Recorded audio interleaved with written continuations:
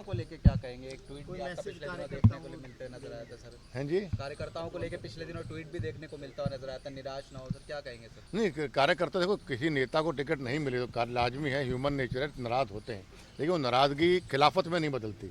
नारा भावना होती है कार्यकर्ता की। और मेरी आपके माध्यम से कार्यकर्ताओं से प्रार्थना है कि दिन रात जुट जाओ। अब पूरे तरीके से हमने पार्टी मोदी जी के हाथ मजबूत करके और हमने सरकार बीजेपी की केंद्र में बनानी है, और आने वाले समय में प्रदेश के अंदर भी हमने बीजेपी की सरकार बनानी है। रणजीत चौटाला साहब जीतेंगे हिसार से? बिल्कुल जिता के ले आएंगे हम लोग। कितना मार्जिन?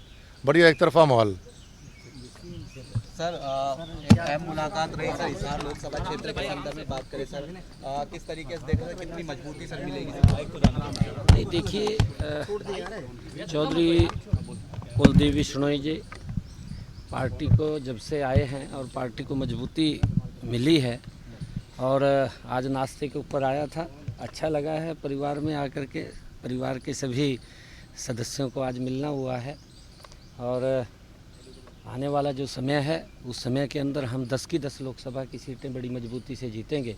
कमल का फूल खिलेगा।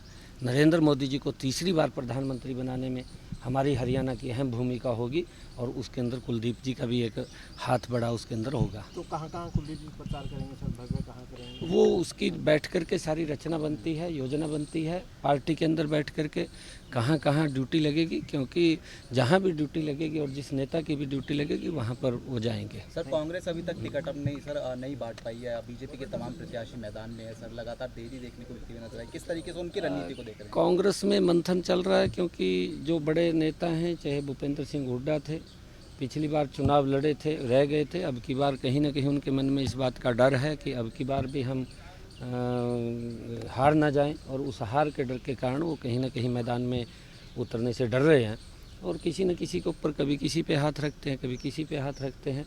और हमारा युवा है भव्य, आगे आ जाओ भव्य जी, भव्य हमारा ये युवा है, आने वाले समय का नेता है हमारा, और मिलकर के हम मजबूती से 10 की 10 लोकसभा की सीटें, और करनाल में भी एक कमल का फूल 11 का अंक शुभ होता है, और 11 के 11 कमल के फूल खिलेंगे, और नरेंद्र मोदी जी देश के तीसरी बार प्रधानमंत्री बनेंगे, और वहाँ पर भी कमल का फूल खिलेगा। आपका नामांकन 6 को रहेगा ना सर?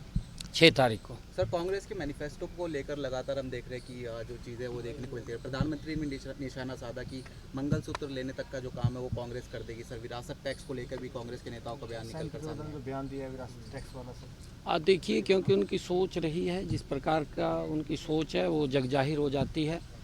जो उनका हिडन एजेंडा है, उन्होंने जो मैनिफेस्टो के अंदर दिया है वो भी देश के सामने आया है, जिस प्रकार का उन्होंने कहा है, और उनकी सोच दर्शाती है।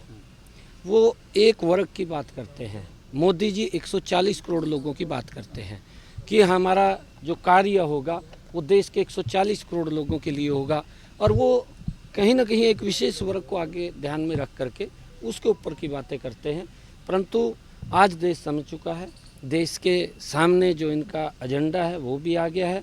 आने वाले समय के अंदर, क्योंकि जब कांग्रेस एकदम ख़त्म हो रही है और लंबे समय तक लोगों का शोषण करती रही है, आज गरीब की भी अगर बात हुई है तो इसी नरेंद्र मोदी जी के 10 वर्षों के अंदर हुई है। मोदी जी ने जिस प्रकार से एक योजनाबद्ध तरीके से गरीब को मजबूत किया है, देश को मजबूत किया है, देश के अंदर सुरक्षा का भाव आया, अंतर्राष्ट्रीय स्तर के ऊपर भारत कहीं ना कहीं सम्मान की दृष्टि से आज खड़ा हुआ है।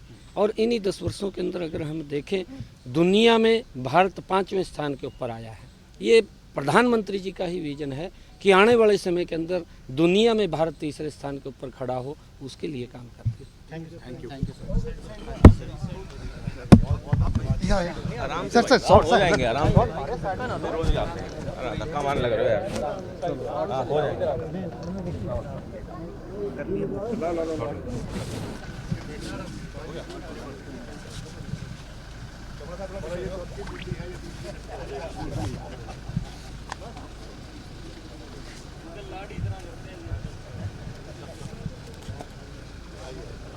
लेट हो रहे हैं।